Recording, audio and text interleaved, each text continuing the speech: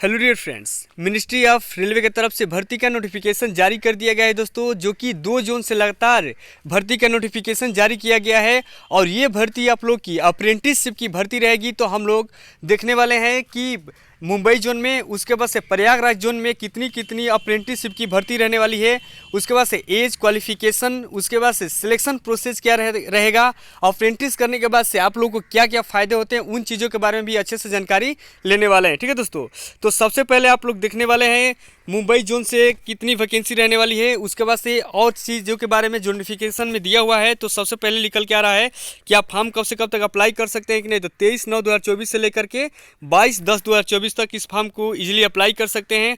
उसके बाद से नीचे की तरफ आने के बाद से यहाँ पर आप लोग को देखने को मिल रहा है कि कितनी वैकेंसी रहने वाली है वेस्टर्न रेलवे में। तो आप लोग देख लीजिए कि नहीं, तो 5066 कुल वैकेंसी रहने वाली है दोस्तों। मैं यहाँ पर जानकारी दे दूँ कि भविष्य में जितने भी रेलवे की वैकेंसी आती है ग्रुप डी से, आरआरसी का जो वैकेंसी आता है ग्रुप डी लेवल वाला, उनमें जो कैंडिडेट 10वीं प्लस अप्रेंटिस किया रहता है या 10वीं प्लस आईटीआई पास रहेगा वही फॉर्म को अप्लाई करता है।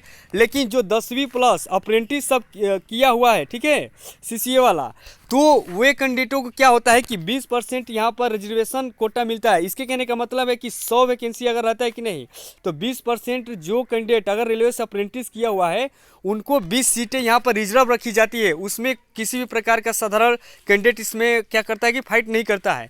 यहाँ पर बस अप्रेंटिसशिप वाले ही यहाँ पर फॉर्म अप्लाई करेंगे, उसके बाद से बस उनके लिए ही ये जॉब मिलती है। ठीक है दोस्तों, तो यहाँ पर नोटिफिकेशन में ऊपर साफ साफ ये चीज़ें लिखी हुई है कि लेवल नंबर 1 के लिए जो कि 18,000 से लेकर के 56,900 रुपये मिलते हैं, उसमें 20% आरक्षण आप लोगों को अप्रेंटिसशिप रेलवे से कर लेते हैं तो छूट मिलता है। ठीक है दोस्तों, अब चलिए नीचे की तरफ आते हैं कि नहीं। तो यहाँ पर आयु के बारे में जानकारी है कि आयु अगर 15 से आप लोग 24 वर्ष के बीच में आते हैं तो इस फॉर्म को इजीली अप्लाई कर सकते हैं।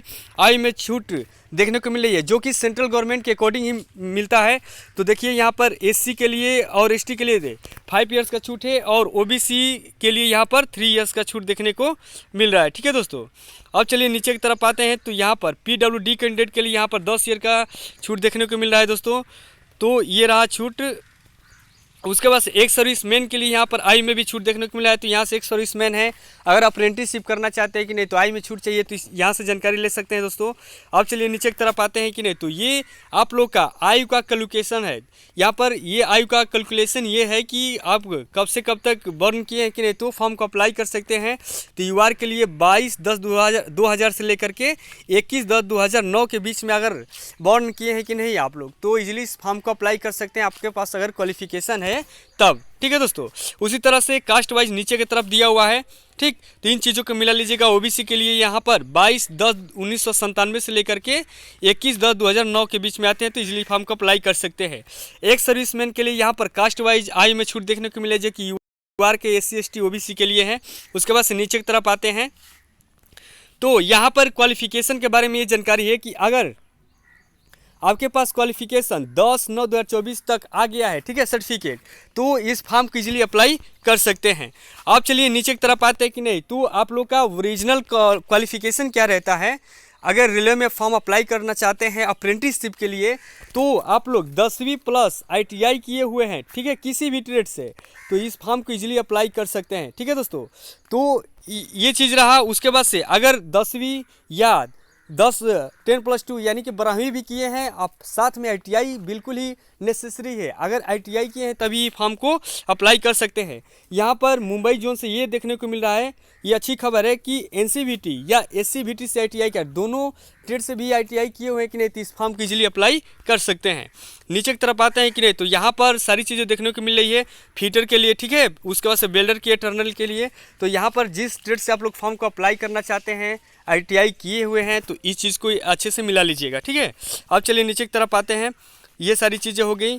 अब यहाँ पर ट्रेड वाइज स्लॉट दिया हुआ है कैसे कैसे आप लोगों का, तो नीचे की तरफ ये सारी चीज़ें रहने वाली है। ठीक है दोस्तों, यहाँ पर पैरा नंबर 3.6 में दिया हुआ है कि अगर आप लोग आयु में छूट पाना चाहते हैं कि नहीं, एससी एसटी हो या ओबीसी हो, तो आप लोगों को क्या करना पड़ेगा कि सेंट्रल गवर्नमेंट की जाति बनवाना होगा। ठीक है दोस्तों, सेंट्रल गवर्नमेंट का आप लोग का कास्ट सर्टिफिकेट होना बिल्कुल ही ज़रूरी है, तभी आप लोगों को आयु में छूट देखने को मिलेगी।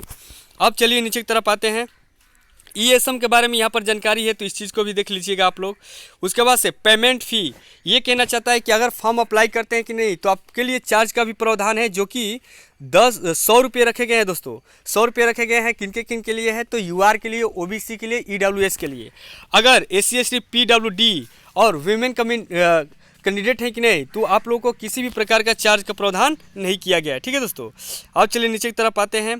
सारी चीज़ें हो गई, ये ट्रेड है। उसके बाद से डिसेबिलिटी के बारे में ये है, डिजरेबल, ये कहना चाहता है ये चीज़ कि अगर ट्रेड के अकॉर्डिंग अगर ये सारी चीज़ें आपके पास रहती है कि नहीं, तो आपको यहाँ पर ज़्यादा वरीयता मिलती है, और ये कुछ नहीं। अगर नहीं भी रहता है तो कोई इसका मतलब नहीं है। ठीक। अब चलिए नीचे की तरफ आते हैं। सारी चीज़ें हो गई हैं यहाँ पर। उसके बाद से सिलेक्शन प्रोसेस के बारे में यहाँ पर देख लेते हैं। मेन चीज़ें यही है। तो देखिए रेलवे में क्या होता है कि रेलवे में किसी भी जोन से आप लोग क्या कर सकते हैं, अप्रेंटिस कर सकते हैं बिना एग्ज़ाम दिए हुए। ठीक है दोस्तों। तो इसमें किसी भी प्रकार के एग्ज़ाम नहीं होता है। आप लोगों के क्या होता है कि 10वीं में जो परसेंटेज लाए रहते हैं, उसके बाद से ITI में जो परसेंटेज लाए रहते हैं, ठीक है दोस्तों, तो उन दोनों को क्या किया जाता है कि इंक्लूड करके क्या किया जाता है कि मेरिट बनाया जाता है। मेरिट बनाने के बाद से जो कैंडिडेट का हायर मेरिट रहता है, भर्ती के अकॉर्डिंग उनका लिस्ट जारी किया जाता है। जिनका नाम रहता है उनके अपॉइंटमेंट लेटर आते हैं, और DV मेडिकल के लिए वो कैंडिडेट जाता है। ज्वाइनिंग करने के बाद से अप्रेंटिस करने लगता है। ठीक है दोस्तों। अप्रेंटिस करने से रेलवे में बहुत ज़्यादा फायदे होते हैं दोस्तों। क्यों फ़ायदे होते हैं? क्योंकि देखिए रेलवे RRC जो ग्रुप डी लेवल 1 की भर्ती है, तो उसमें तो 20% का छूट मिलता ही है। लेकिन बहुत सी सारी ऐसी भी भर्ती आती हैं, जैसे नेवी में भी आता है, अदर भी जितने सरकारी जॉब है उसमें भी भर्ती आती हैं, जिसमें क्या होता है कि आप लोग के लिए 1 वर्ष का अप्रेंटिसशिप मांगा रहता है। अगर अप्रेंटिसशिप किया रहता है कि नहीं, तो उस फॉर्म को अप्लाई कर लेते हैं, और उसमें कंपटीशन नाम मात्रा का रहता है। आप इजीली क्या कर सकते हैं कि वहाँ पर सिलेक्शन ले सकते हैं। ठीक है दोस्तों। तो इसमें किसी भी प्रकार का पेपर नहीं है। 10वीं का मेरिट, उसके बाद से ITI का मेरिट, दोनों का इंक्लूड करके आप लोग का मेरिट तैयार किया जाता है। चलिए हम नीचे की तरफ चलते हैं। ये चीज़ें मैंने बता दिया है, ITI वाला और 10वीं पास वाला। उसके बाद से ट्रेनिंग पीरियड के बारे में मैं जानकारी दे दूँ कि 1 वर्ष का ट्रेनिंग रहता है। और पहले क्या था कि रेलवे में आप लोगों का 6,000 रुपये मिलते थे। ठीक है, 6,000। और जो खतरनाक जोन है, जहाँ पर डेंजर जोन बोले जाते हैं, वहाँ पर 8,000 मिलते थे। लेकिन अब क्या कर दिया गया है कि लगभग 10,000 आप लोग को ट्रेनिंग अप्रेंटिसशिप करते वक्त आप लोग को सैलरी मिलती है। इसके कहने का मतलब ये है कि जब आप लोग अप्रेंटिस करेंगे तो आप लोग को मंथली 10,000 रुपये दिए जाएंगे, और वहाँ पर किसी भी प्रकार का रूम, किसी प्रकार का आप लोग का खाना वाना, TA किसी प्रकार का अलाउंस नहीं मिलता है। 10,000 रुपये में ही सब कुछ करना होगा आप लोग को। ठीक है।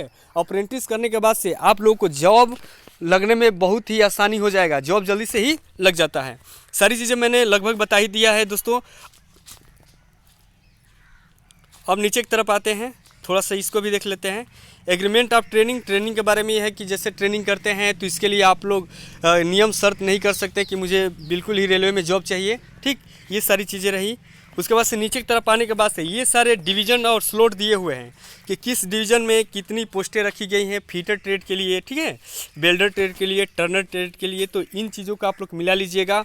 आप जिस डिवीज़न में डिवीज़न वाइड आप क्या कर सकते हैं, प्रेफरेंस दे करके क्या कर सकते हैं कि फॉर्म को अप्लाई करके आप लोग क्या कर सकते हैं कि सिलेक्शन ले सकते हैं। ठीक है। यहाँ पर मैकेनिकल डिपार्टमेंट का दिया हुआ है, ठीक है, इलेक्ट्रिकल डिपार्टमेंट का दिया हुआ है। इसी तरह से बहुत सारे दिए हुए हैं। लगभग मुंबई जोन में आप लोग का 5,000, ठीक है दोस्तों, 5,000 भर्ती निकली हुई है अप्रेंटिसशिप की। अगर 1 वर्ष का अप्रेंटिस कर लेते हैं कि नहीं, तो जॉब लगना बहुत ही आसान हो जाता है। ठीक दोस्तों। अब चलिए मैंने इस चीज़ को देख लिया। अब उसके बाद से हम लोग देखने वाले हैं कि इसका प्रयागराज का, ठीक है, Prayagraj zone, railway Prayagraj zone में देखने वाले हैं कि कितनी वैकेंसी रहने वाली है, उसमें क्या प्रोसेस रहने वाला है। ठीक है दोस्तों। तो हम लोग आ जाते हैं प्रयागराज जोन में। तो यहाँ पर आप लोग का ये प्रयागराज जोन रहा। ठीक है, इसको भी देख लेते हैं हम लोग। यहाँ पर प्रयागराज जोन का रहा, तो इसमें हम लोग देख रहे हैं कि इसका फॉर्म कब से कब अप्लाई हो रहा है। तो 16/9/2024 से लेकर 15/10/2024 तक आप लोग इस फॉर्म को ईजिली अप्लाई कर सकते हैं। ठीक है, इसको भी अप्लाई कर सकते हैं। इसमें लगभग 1600 पोस्टें रखी गई हैं दोस्तों। 1600 प्लस पोस्टें हैं, तो इसमें भी अच्छी खासी पोस्टें हैं। अगर प्रयागराज से आप लोग अप्रेंटिस करना चाहते हैं रेलवे में, तो यहाँ से ही फॉर्म अप्लाई कर दीजिए। बहुत से सारे जैसे 4 जोन में आए हुए हैं रेलवे के अप्रेंटिस करने के, तो अप्रेंटिस कर लीजिए। अप्रेंटिस करने से बिल्कुल ही फ़ायदे होते हैं। ठीक। अब चलिए नीचे की तरफ आते हैं। इसका भी सिलेक्शन प्रोसेस, एज क्राइटेरिया, ठीक है, अदर जो भी नोटिफिकेशन में दिया है उन चीज़ों को हम लोग देख लेते हैं। सबसे पहले ये आप लोग का यहाँ पर ये साफ सबसे पहले ही नोटिस में ये देखने को मिल रहा है कि रेलवे में जैसे ही आप लोग अप्रेंटिस करते हैं एक वर्ष के लिए या 2 वर्ष के लिए, तो 10+ अप्रेंटिस के लिए आप फॉर्म अप्लाई करते हैं रेलवे ग्रुप डी में, तो आप लोग को 10% नहीं, सॉरी दोस्तों, यहाँ पर 20% का आप लोग का आरक्षण मिलता है। 20% आप लोगों का भर्ती क्या होता है कि रिजर्व होता है। इस चीज़ों के बारे में मैंने पहले से ही बता रखा है, ठीक है। अब चलिए नीचे की तरफ आते हैं, तो यहाँ पर आप लोग के आयु के बारे में कि 15 से 24 वर्ष के बीच में आते हैं तो अप्लाई कर सकते हैं फॉर्म को, और आयु की गणना आप लोग का 15/10/2024 तक किया जाएगा, ठीक। SC ST OBC के लिए 5 ईयर्स के यहाँ पर छूट है, SC ST के लिए यहाँ पर 3 ईयर्स का यहाँ पर छूट देखने को मिल रहा है, ठीक है दोस्तों। तो चलिए नीचे की तरफ आते हैं, तो देख लेते हैं और क्या यहाँ पर रह रहा है। सॉरी दोस्तों, यहाँ पर आयु में छूट देखने को मिल रहा है। अपर एज लिमिटेशन या 5 ईयर्स कास्ट SC ST के लिए, उसके बाद से 3 ईयर्स आप लोग का OBC के लिए यहाँ पर छूट देखने को मिल रहा है सेंट्रल गवर्नमेंट के अकॉर्डिंग। अब देखिए, अगर आयु में आप लोग को छूट चाहिए, जैसे मान लीजिए कि 24 वर्ष से एबव हो गए हैं, ITI पास हैं, अप्रेंटिसशिप करना चाहते हैं कि नहीं, तो आपके जो भी कास्ट सर्टिफिकेट होंगे उसको आप लोगों को भारत सरकार से ही बनवाना होगा। सेंट्रल गवर्नमेंट का कास्ट सर्टिफिकेट ही इसमें लगेगा, नेसेसरी है। अब चलिए नीचे की तरफ आते हैं, PWD कैंडिडेट है कि नहीं, तो 10 ईयर्स का आप लोगों को रिलैक्सेशन मिल रहा है। यहाँ पर नीचे आने के बाद से यहाँ पर आयु का गणना है कि UR के लिए, SC ST के, OBC के लिए यहाँ पर कब से कब तक आप लोग की आयु रहने वाली है। UR के लिए यहाँ पर देख लीजिए तो 15/10/2000 से लेकर के 15/10/2009 तक, OBC के लिए यहाँ पर 15/10/1997 से लेकर के 15/10/2009 के बीच में आते हैं, तो इस फॉर्म को अप्लाई कर सकते हैं। क्वालिफिकेशन के बारे में मैं बता दूं कि क्वालिफिकेशन आप लोग का 10वीं प्लस, अगर ITI किए हुए हैं तभी फॉर्म को अप्लाई करेंगे, नहीं तो आप फॉर्म को अप्लाई नहीं कर पाएंगे अप्रेंटिसशिप के लिए। 10वीं प्लस ITI या 12वीं प्लस ITI भी चलेगा। अब चलिए नीचे की तरफ आते हैं, तो यहाँ पर ITI जो करना है कि नहीं, तो आप लोग का ITI NCVT से हो, भारत सरकार से हो या राज्य सरकार से, NCVT हो या SCVT, आप किसी भी मतलब केंद्र से हो, राज्य से किए हैं ITI कि नहीं, तो इस फॉर्म को अप्लाई कर सकते हैं। नीचे की तरफ ये सारे ट्रेड दिए हुए हैं कि फीटर के लिए, प्लम्बर के लिए, ये सारी चीज़ें हैं जो कि ITI ट्रेड से बिलोंग करता है, तो इस चीज़ को भी मिला करके आप लोग देख लीजिएगा, जिससे आप लोग ITI किए हुए कि नहीं, तो इस फॉर्म को इजीली अप्लाई कर सकते हैं। अब चलिए नीचे की तरफ आते हैं कि नहीं, तो यहाँ पर ट्रेड वाइज स्लॉट दिया हुआ है, इसके बारे में मैंने पहले से ही बता रखा है। अब चलिए नीचे की तरफ आते हैं, EWS के बारे में है कि अगर EWS कैंडिडेट हैं तो इसके लिए भी कास्ट सर्टिफिकेट की ज़रूरत पड़ेगी, क्योंकि इसमें रिजर्वेशन कोटा रखा गया है 10%। तो EWS के लिए क्या शर्तें नियम होती है कि नहीं, तो वो डॉक्यूमेंट में आप लोगों का कास्ट सर्टिफिकेट में भारत सरकार का मेंशन होना चाहिए। इसके बारे में ये अच्छे से यहाँ पर सारा चीज़ें मेंशन है, इस चीज़ को भी देख लीजिएगा। चलिए, फॉर्म अप्लाई करते वक्त दोस्तों आप लोग का एप्लीकेशन फ़ी भी रखा गया है, जो कि UR के लिए, OBC के लिए, EWS के लिए 100 रुपये लगेंगे, लेकिन SC ST PWD female candidate के लिए यहाँ पर किसी भी प्रकार का फ़ी का प्रावधान नहीं है। अब चलिए, मेडिकल फिटनेस, फिजिकल स्टैंडर्ड के बारे में आप लोगों का यहाँ पर जानकारी है, ठीक है।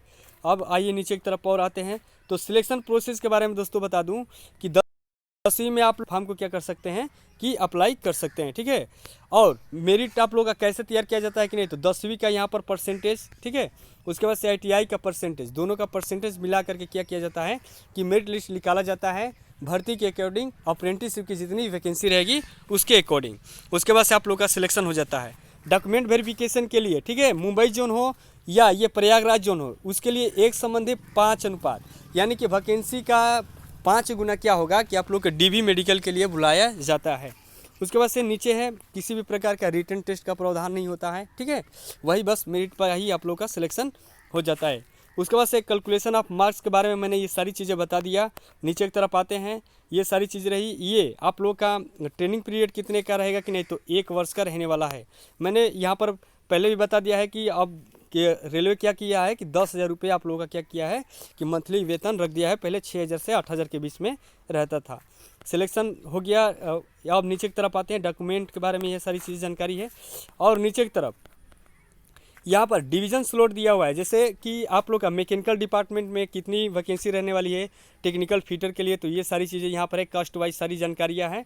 तो इस चीज़ को देख करके आप पोस्ट प्रेफरेंस अच्छे से फॉर्म भरते वक्त दे दीजिएगा, आपका बिल्कुल ही अच्छे से सिलेक्शन हो जाना है। जिनका 80% हाई स्कूल में और ITI में 80% है कि नहीं, तो उनका बिल्कुल ही सिलेक्शन हो जाना है, ईजिली सिलेक्शन हो जाएगा। ठीक है दोस्तों, ये सारी नीचे आप लोग का डिवीज़न दिया हुआ है, आगरा डिवीज़न में कितनी वैकेंसी रहने वाला है, ये सारी चीज़ें रही। और इन दोनों नोटिफिकेशन के अकॉर्डिंग कोई किसी भी प्रकार का दिक्कत हो रहा है तो बिल्कुल ही कमेंट करिए, मैं जल्द से जल्द रिप्लाई दे दूंगा। वीडियो में जानकारी आप लोग को अच्छी लगी है तो वीडियो को लाइक करिए, चैनल को सब्सक्राइब एवं शेयर भी करिएगा। थैंक यू दोस्तों।